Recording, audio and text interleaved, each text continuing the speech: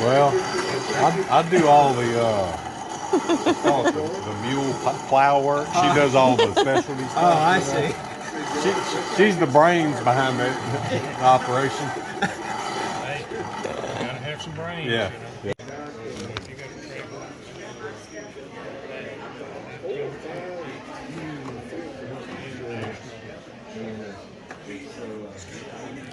Y'all, we are at an amazing event that I've been trying to get to since 2020.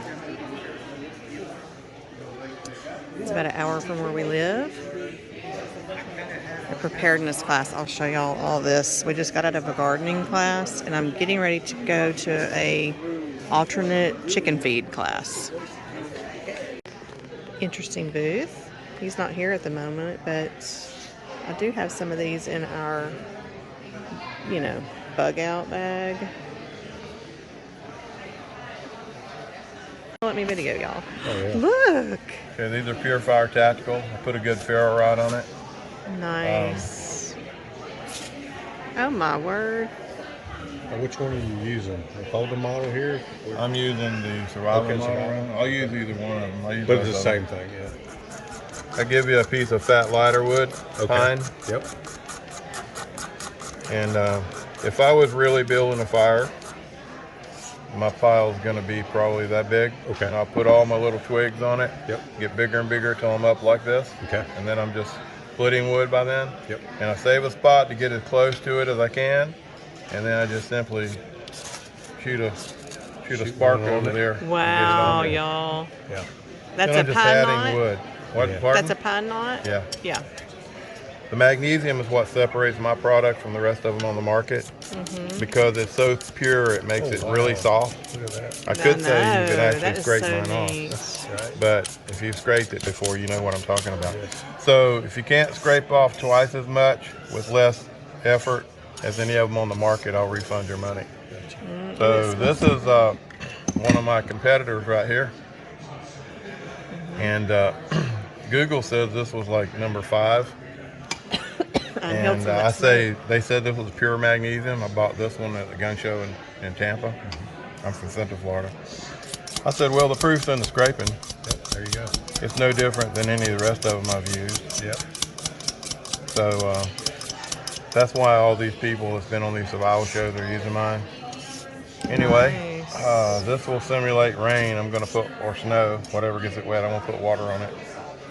When the water reaches 4,000 degrees, it's gonna go back into the gaseous state, and the hydrogen gas burns, and it's gonna make a 6,000 degree fireball right there. So put a really good tinder bundle on it before you light it, and this is my folding model. It wants to fold up using the ferro rod, so you put your thumb here. Gotcha. Don't get up in it like this. Stay Right, back get about back. 4 inches. Okay. Shoot the spark and pull back immediately. Right. If you push in about halfway, that fireball licks your finger right there, and it puts a blister. I You see won't that. believe. Oh my. That's just me touching Okay. it. That was a long time ago. You only do it once. Oh, wow. That's 5,600 degrees. That happens to be 3,400 degrees hotter than lava. Lava doesn't burn white hot like that. This is how the water burns. Oh my goodness. That's amazing. And if you wear it out like this, anything close to that on both sides, mail it back, and we'll send you a new one free. Good. But Okay. you might be a pyro if you do that. It comes with the, they all come as a kit. Okay. It comes with the wood and your striker. Yep. When you get it from me, if you get it online, it doesn't come with the wood, just at the shows. They're Nice. mind-blowing light. How much does it run? 45. 45? 45. Okay. You've got mason jars before. You've seen where they sweep them up. Yeah. Yeah. So they've got their own. Sure. What you prefer? Oh, you can take a fire. I did. Oh, okay. I'm videoing. Oh, okay. And we have these machines. How do these We work? opened up a long-term food storage center over in. Do you care if I video? Oh, that's fine. Okay. Yeah, that's fine. All right. So what you do, you can can any dry item. It's not a problem. But the only thing you don't put, you put oxygen absorbers in it. Right. Okay. The only thing you don't put oxygen absorber in is sugar. Okay. It won't burn the sugar, but it turns as solid as, Oh, as yeah. a cube. Oh, because it pulls too much out. I'm sorry? Pulls too much moisture out.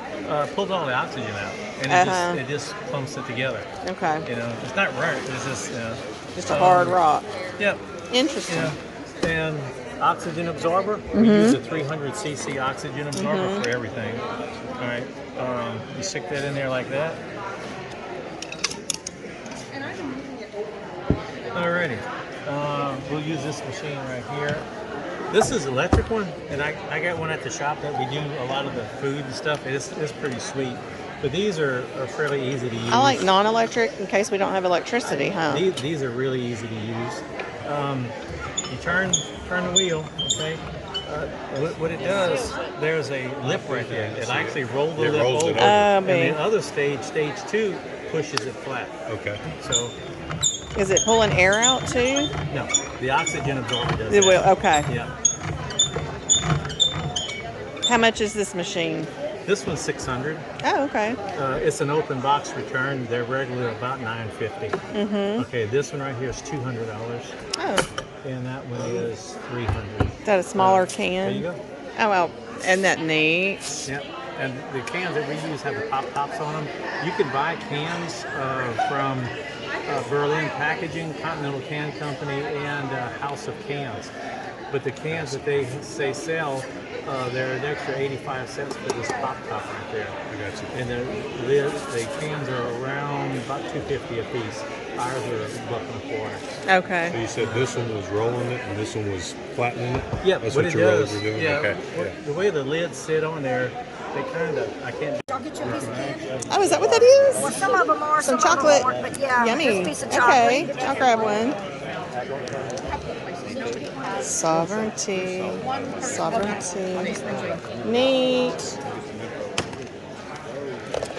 Is that candy too? No, those are just display. Okay. Just display. There's my friend. Okay, y'all, I'm heading to a chicken alternative feed class in room B3. This has been so much fun. We've met some great people. I even met someone that teaches foraging classes. I cannot wait to get with her. Fun. Look what Tony found, y'all. I didn't know what it was, but it's apparently a hummingbird nest. We thought it was a Last year. paper wasp nest at first, but it's not. It's tiny. And what did you say about what they do?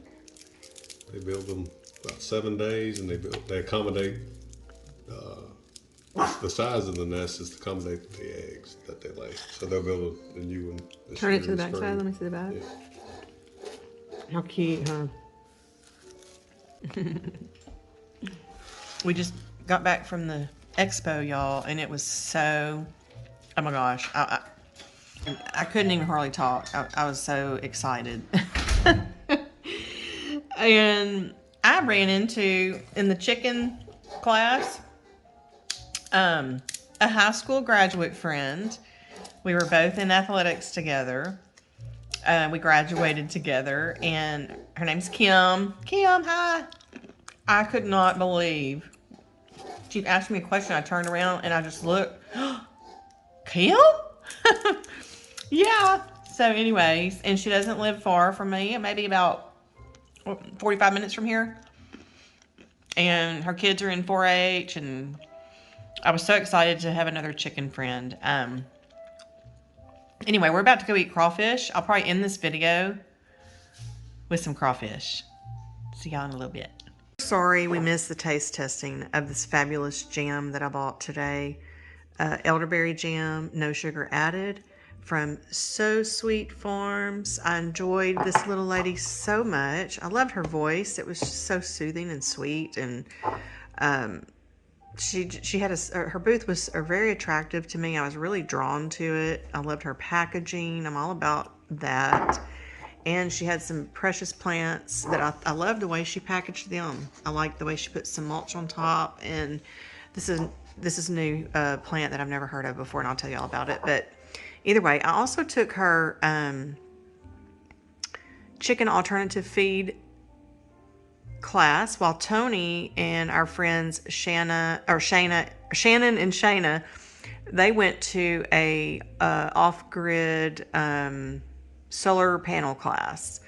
and I went to this one. We were all kind of trying to split up to try to get as much as we all could, knowledge-wise, and share amongst each other. But it was so fun, y'all. I just loved all this, and I've been trying to do this expo since 2019, 2020. We were moving, COVID hit. They had to cancel the expo because of it. And they've had maybe one or two more since we've moved here 2 years ago. And one of my dear friends, I think it's her church. I'm assuming, Carolyn, that you were in charge of finding vendors and teacher host for classes, because she had asked me to speak or teach or whatever. And I was like, I don't know, Carolyn. I don't know if I'm ready, because I hadn't been to one and I don't know what they were expecting. So we made a point to go, mainly to learn, but it also showed me that, oh my gosh, I could have taught this, I could have taught that, I could have taught. So I'm super excited about next year, because they do it once a year. But either way, I loved her jam. We just tested it on my sourdough almond flour bread. It was carb-free bread, diabetic friendly. I'm not saying I'm diabetic. My father is, and my grandmother was. And I'm trying to do more low glycemic in my diet. So I made my first batch of, I fermented almond flour, and I made sourdough almond flour bread, and it was so fabulous. I toasted it for Tony and I just now, and we split it, and we put some of the jam on top. It was delish with the monk fruit in it. I bought these from her, and I don't know how you pronounce it, chaya, but it's a tropical, I think, maybe from Mexico, and it is known for its foliage. It's got a lot of nutrition to it and protein, she said. I think chickens can eat it raw. Humans, we have to cook it down before we can eat it. I'm all about chlorophyll right now, and this thing just produces tons of leaves. So it is going to go into the permaculture side, which I think the whole entire chicken run is going to be permaculture. But I'm going to put it on the side where we're going to grow the Bermuda grass behind the fence, an extra fence we're going to put within the run to allow our girls to go in, and boys to go in and eat some greens, green Bermuda grass. And I'll probably do rye in the fall. And then I bought some yarrow, which is a fabulous medicinal plant for stopping bleeding. It's good for the skin. It has a lot of value in, I think there's a lot more to the yarrow plant. It's one little plant, I know, but I bought it, and I'm happy to have it here on the homestead. I haven't decided if I'm going to put it in the ground or maybe put it in my tower. I don't know yet, but I do have yarrow seed as well, and until I get my greenhouse, I will start sowing seed and trying to put some of it maybe in some raised beds eventually when we get them built. In a tiny little elderberry, I got several of these already here that I'm trying to get to take off, and I have not yet to find any on our property yet, but I feel like there's some out there waiting on me to find it. I don't know. I'm gonna try to look harder this year for some elderberry here growing naturally in the wild. But either way, the expo was fabulous, and I just wanted to share a couple of these. I did buy a whole flat of herbs from Cottage Cuttings that I'm going to put in my green tower that I purchased. I forgot the green stalk that I learned about from Roots and Refuge, Jess, and I can't remember her husband's name. I'm so sorry, Jess. But either way, we love their channel, and she's the first one to turn me on to the green stalks, and we have one, and it survived the frost. It survived the winter because my husband so kindly wrapped it in a blanket. And my rosemary lived, my oregano lived, and anywhere else my rosemary was in the ground did not. So I like my green stalk, and I decided I'm going to make it my herb stalk. And so I bought a bunch of mint, a bunch of more oregano, lemon balm, and I don't remember what else, but I promise you I'll share that with y'all. I might do a video on just planting the green stalk, okay? But either way, tomorrow Tony and I are going to hit the garden. We've got exciting plans this year for our spring garden. It's our third year garden again. We're pulling the mat up. We did the mat method. Tried that. We tried all methods, but we're going to pull the mat up, re-amend our soils, do some shallow, low raised beds, if that makes sense, with logs off of the land because we have thousands of them.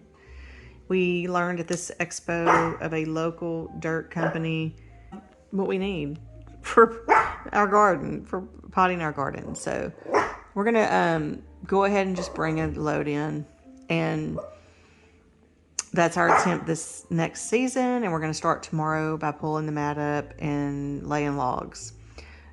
So lots to come. Y'all just grow with us because we are sowing seeds, sowing life, and trying to grow and learn every step of the way. And I've said this before, we should all start yesterday because everything has a learning curve. I don't care what it is. Everything has a learning curve. So get your hands busy and doing something that you love. Whatever is making your heart beat and get you excited, make that a part of your life and a part of your day, part of your week, part of your weekend. And baby steps, just build upon it. And as we continue to learn through the curves, we'll master our hearts in a way.